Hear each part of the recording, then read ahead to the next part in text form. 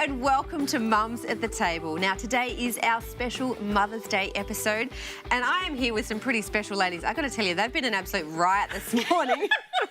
But let me introduce you to them. I'm with Shona. Hi. Melody. Hi. Hi. And Fiona. Hi. How are we, ladies? We're good. We're good. Good. Now, well, you hope so, because it's Mother's Day. Now, is Mother's Day a big thing in your household? Well, one would hope so, but no, not normally. What about for you, ladies? I don't know. I'd like to think it's Mother's Day every day. Yeah. But that's definitely not the situation. You're getting It's definitely not the situation. But I think Brendan's got it locked with the girls, Yeah. doing something special for them. So we should. Yeah. Yeah, my husband does come back with flowers, and he'll do a brunch thing, and then I'll be still sleeping, and he'll come in with flowers and stuff like that. Well, I also not heard- because I want it. I also heard he bought you that dress. So Yeah, I know. I was so I think you're doing surprised. pretty well. Well, in all honesty, today being Mother's Day is probably no different for several mums and women. For some, it's going to be full of love, admiration and soggy toast that's been sneezed on. And for others, it actually may be a hurtful reminder of the past, present or future. But to all our mums, nurturing women and mums at heart, we want to wish you a very blessed day with the ones that love you. Now, on our show today, we're going to chat to Elle Halliwell, who 2 days after finding out she had cancer, also found out she was pregnant. We're also looking at the topic of turning into your mum. Is it such a bad thing? And we find out how to get your makeup ready and on in 5 minutes. Yes? 5 minutes. And one of our favourite mums, Gia, is back in the kitchen with her kids making dragon fruit ice cream. But let's start off today with something worth smiling about, our best mum moments. Now, motherhood is the whole package when it comes to having an adventure in life. The highs and lows can be extreme, and while we all need time out to refresh who we are as individuals, we also crave those moments that lift our maternal souls and make the journey a joy. So today we are talking about our mum moments. But Melody, what did it take for you to start feeling like a mum? Was it when you were pregnant? Was it when you had Elliot? I think it was when I discovered that I had tissues in my handbag. Tissues in your handbag. See, that could have been long before kids. No, I don't usually have them. And then now it's like, snotty noses and everything else. It's like, oh, yeah, I need to start packing tissues in my handbag. What's a good memory, like a good mum moment, Fiona? Oh, there's been so many. Oh, but I good. think when I had the twins, that was a wake-up call because I had like 4 eyes looking at me. Yeah. And we were both looking at each other like, oh, we actually have to look after these children. We can't just leave them. We can't just sleep. Look at them. So that was... You've never left one behind? No, I haven't yet. I think when it came to baby number 4, that's when we started having issues. Oh, that's right, get the baby. Get baby Oceana. Yeah. So... Oh, what about you, Shona? Give me some of your great mum moments you've had with the boys. Oh, dear. How long do you have? Look, I was just reflecting on what you asked Melody, and I struggled to find myself being a good mum. I think because I didn't give myself the time to reflect on being a motherhood with having a sick child and everything. But when they left home and I saw them being very independent on their own and being able to run a household, because they're both out flatting now, I went, yeah, I think I was a pretty good mum. Yeah. I gave them the skills that they needed to be functioning adults. I'm so glad to hear you say that, and I'm so glad you actually think that, because I think you're a great mum. Oh. And when I look at me at the moment and my kids, and yes, we have some great mum moments. I'm all, am I doing this right? I think Yeah. that's the hardest thing about being a mum, is questioning yourself. But when you get those voluntary hugs from your kids, it certainly makes a difference. Well, we all need moments to laugh at and to love, but I know today can be hard on those whose experience with their own mum hasn't been what they've expected or dreamed. But we would still love to hear your memories and your stories, so jump onto our social media and share your favourite mum moments with us.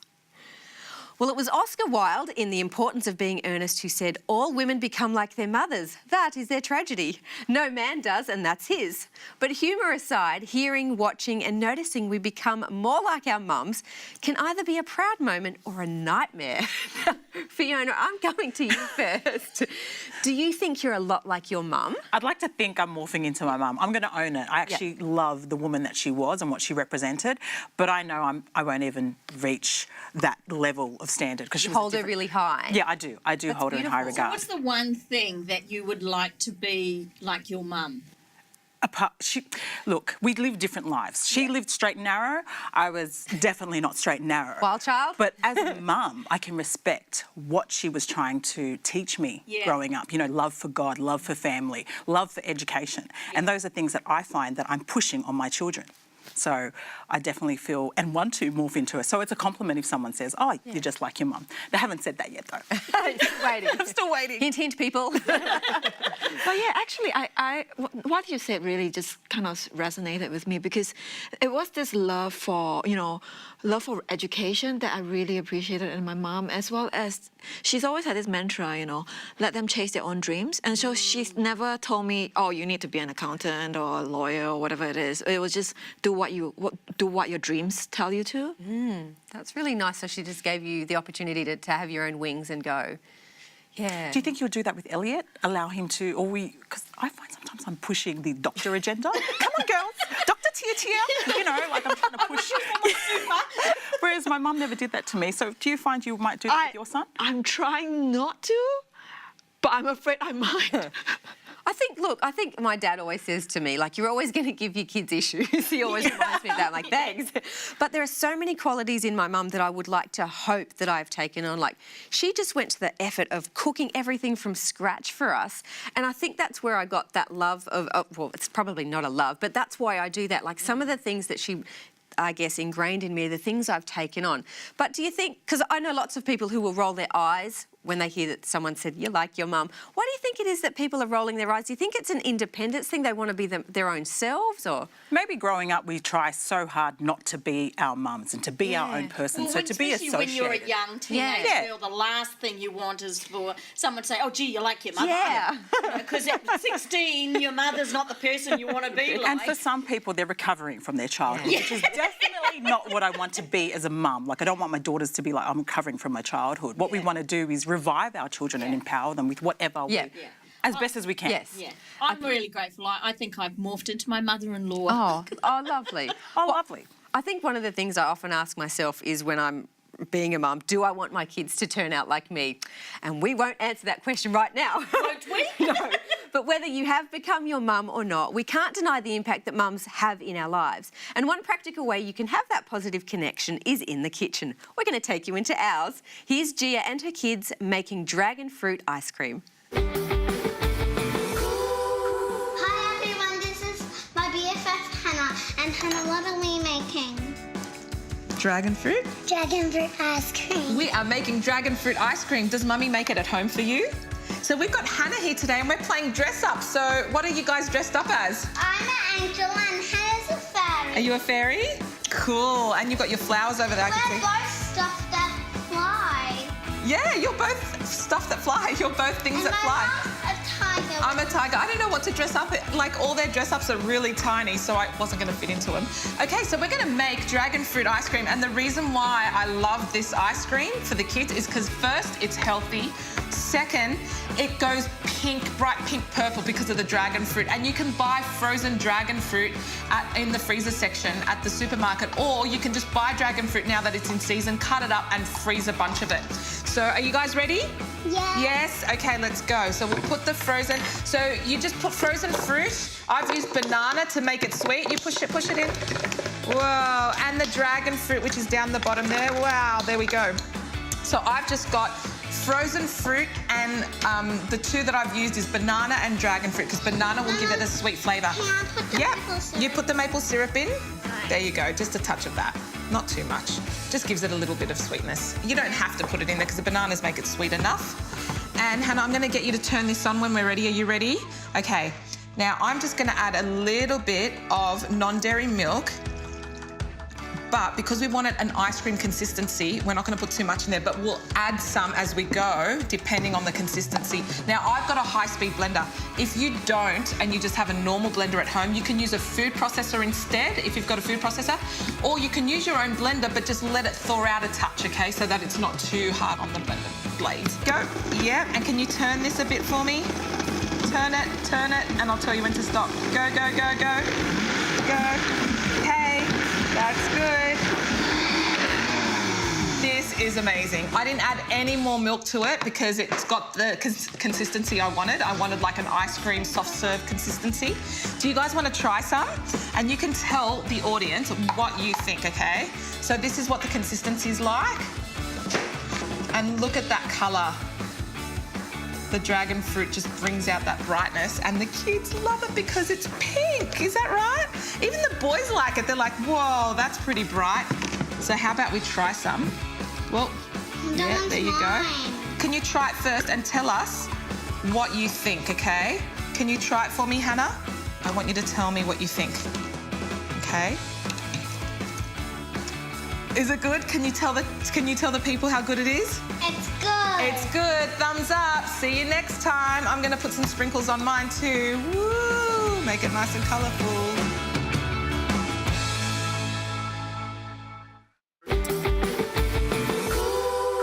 Well, we have a Mother's Day treat for you today. As a parent, morning times can be pretty crazy and tight on time. So we have makeup artist Benita here to show us how to do your makeup in 5 minutes. Welcome, Benita, and thanks for joining us. Thank you for having me. Now, we're going to do this in 5 minutes. What are the basic products that you need to be able to do this in such a short amount of time?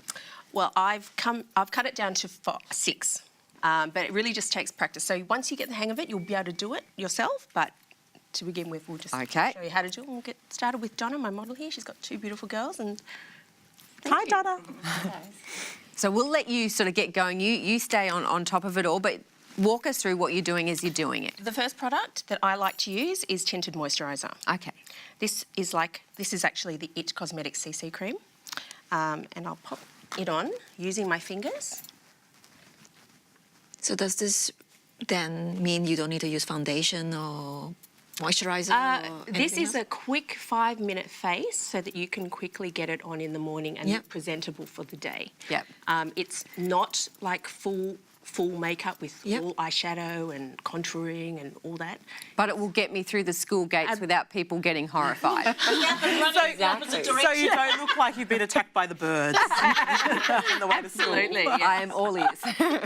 So I am just using my fingers. I guess when you're at home, you will use your fingers yourself. You certainly could use a brush if you felt that was easier. So just a tinted moisturiser. Is there a certain order when you're applying makeup, like concealer or? I don't believe that there's any right or wrong way to apply the makeup. It's really just easy logistics things. Sometimes if you're doing a smoky eye, you'd want to do the eyes first and then do the complexion. But in general, I generally start doing complexion first. That's my way of doing things. It's really a personal preference. So I've just started popping that on, rubbing it in with my fingers. Just getting it nice and even. This does contain an SPF as well. So for the ladies who are important in wanting to cover their skin with sun protection, this is a great product. Perfect with all the sunspots I'm getting. As you can see, it gives a beautiful, even coverage. Next I'm going to apply is the concealer. So I spend a little bit of time more so on the complexion than other areas because I just want it to look You want it to blend in with your skin. even and blended. So you're going to put the concealer on after the foundation? Correct. Correct. Okay. So we've got that on. It's got the sun cream in it. What are we hitting next? I am using a concealer. Okay, so you've just said that, righto.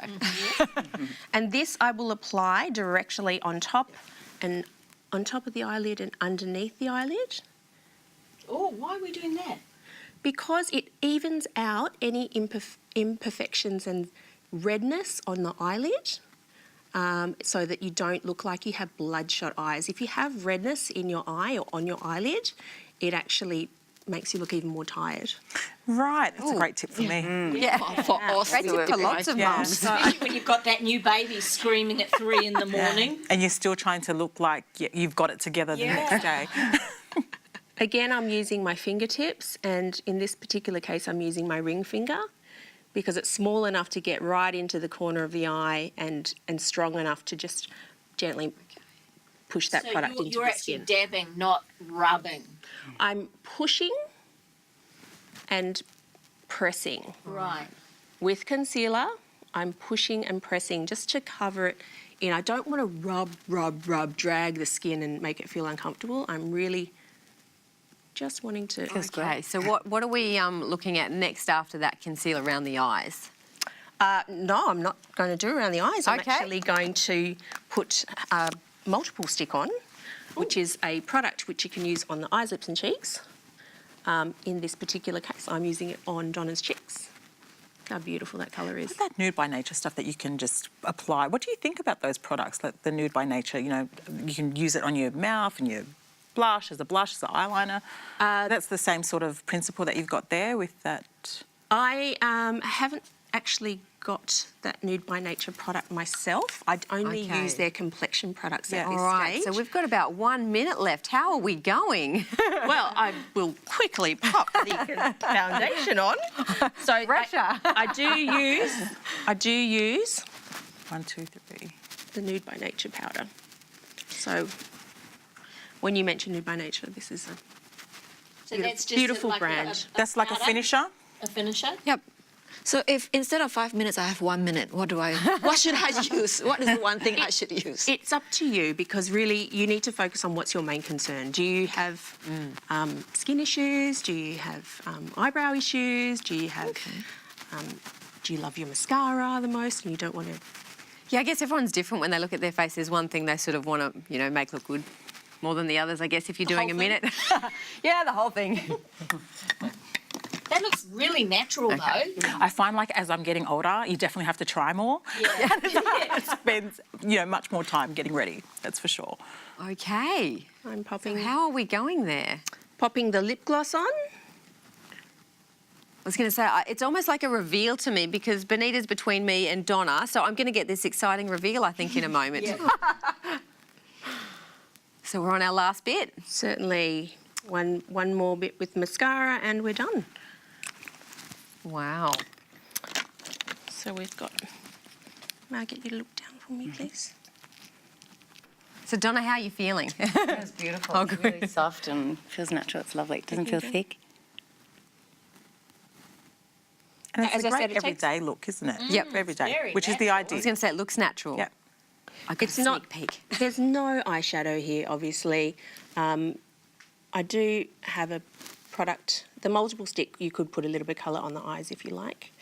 Okay. yeah. So can we get a look at Donna? Ta-da! Excellent. Wow. Very good. Donna, you look really very good. natural. Really good. Oh, thank you, Benita. Lovely. Thank you. Well done. Thanks so much. We got there. Well, it's good that she's been here to show us those tricks and tips to look good, but now for something that's even better looking, kids who love their mums. I'd describe my mum as the loveliest person in the world. She's like nice. She has the same colour's hair as me. Short, kind and good looking. Crazy, amazing, hardworking. And she's white like me. Generous, loving, and she makes me sandwiches. And she cooks amazing food. She gives me ice cream. If she cooked in a restaurant, it would make me want me to order it again and again and again. My mom, she cares me. She makes me laugh. I love hugging her. She gives the best hugs. She does most of the things for me. She lets me have food when I'm hungry. She also brings my milk in when it's bedtime. When she gives me a drink when I'm thirsty. She tells me stories at night. She helps me when I'm stuck on stuff. She helps me with everything. I wouldn't be this smart if she didn't let me go to school. And she helps me if I'm sick or worried. And she gives me a lot of warm cuddles. She played sport with me when my dad wasn't around. I love my mum. We have fun together. We go swimming. I love her so much, and I'm very thankful that she's my mum. I love her a lot. I love her very much. I love my mum because she is the best mum. Thank you, Mummy, for being kind to me. And I will just give a thank you, Mum. I really love you. I love you. I love you, Mum. Happy Mother's Day, Mum. Happy Mother's Day, Mum. Happy Mother's Day, Mum. Happy Mother's Day, Mum. Thanks, Mum. You're the best mum in the world. I could never ask for any other mum. I'm the most amazingest, bestest, kindest mum I would ever have. If I had another mum, I'd chuck them out the window. I love you, Mummy.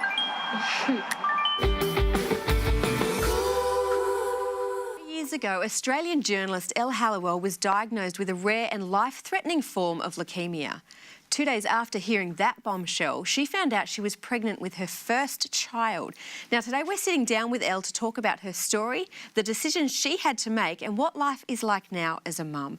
Elle, welcome to Mums at the Table. Thanks so much for having me. I'm really glad you're here. It's a completely amazing story. Can you take us back to when it was just before you were diagnosed? Like, what was life like then?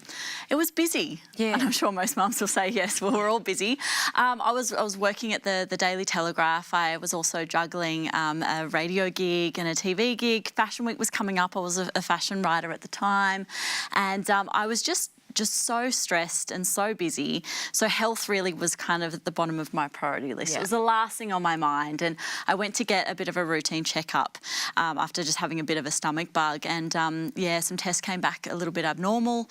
So I went for further tests. And then, about 5 weeks later, that's when I went and had a checkup with a haematologist. And that's when it all started to kind of come out that, I had a very serious illness. It's very scary. Yeah, incredible. What did you do when they said this is what you have? You have leukemia. Yeah. What were your thoughts? Oh my gosh, it's really a very strange sensation when you hear the words, cancer, because to me, I don't know whether you guys know when you're watching that movie, like a movie, and everything starts to go black. Yes. And kind of you have this tunnel vision, and that's kind of what it felt like. And I could see the doctor, his mouth moving, but I couldn't understand anything that he was saying. I was, in complete shock. But fortunately, I found out about that 4 days before I actually had the proper meeting with the haematologist. So me and my husband could go in armed with questions, and also the revelation that we also had a baby on the way as well. So you knew about... I found that out 2 days after my diagnosis. What was that feeling like when you found out you were pregnant? It was so surreal because I was still yet to process. From cancer diagnosis. Exactly. I just told all of our friends and family about my diagnosis, and then I had this extra thing to deal with, and it was really, really scary because it, for me, that meant that there were 2 lives on the line, not just my own. And that was incredibly scary considering, this baby was something that me and my husband had been, wishing for. So the treatment for the cancer that you had, how did that go with the pregnancy? Yeah, so after speaking to our haematologist, he basically said, look, the safest way for you to, survive, the way that you can survive the best is for us to terminate the pregnancy, put you on a fertility treatment, and then, go straight on these life-saving drugs that have come on the market only a few years beforehand. So really, I guess when you kind of speaking to someone like a doctor, you go, okay, well, if you're the boss, you know what to do. But it was my husband actually who kind of said, let's just think about this. We'll go off, and that's a huge It's a decision. massive decision. it was terrifying decisions.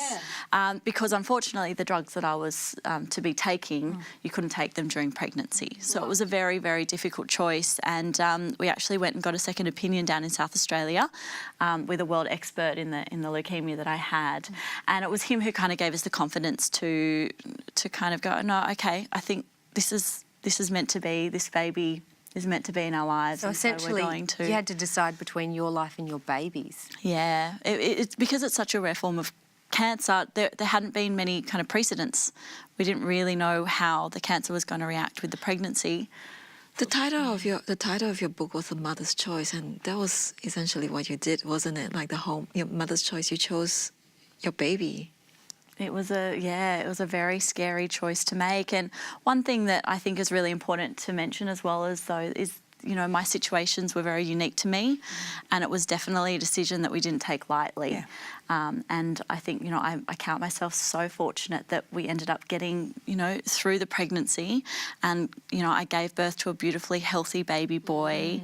And so I was so fortunate, but obviously not everyone, you know, has that same outcome. So I think it's really important for every woman who's in a similar situation to make sure that they think about, you know, Getting the their right own advice, situation. getting Yes. some second opinions. And I just want to congratulate you because you found out this month that you're cancer-free. Yes, that's right. Congratulations. Thank you so much. Yeah, so my most recent tests came back undetectable, which is a really great amazing. sign Yeah. that the treatment's working. And so I guess having gone through a massive life change and having these massive decisions that you have to make as a family, how's that impacted your life? How's that changed you as a person?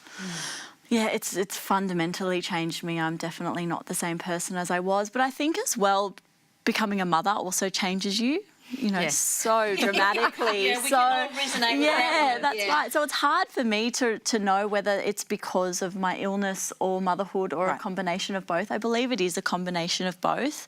I definitely feel like going through that made me tap into a strength that I never thought that I had before. And I think a lot of women underestimate how strong they are until they become a mother Yes. or are faced with adversity like this.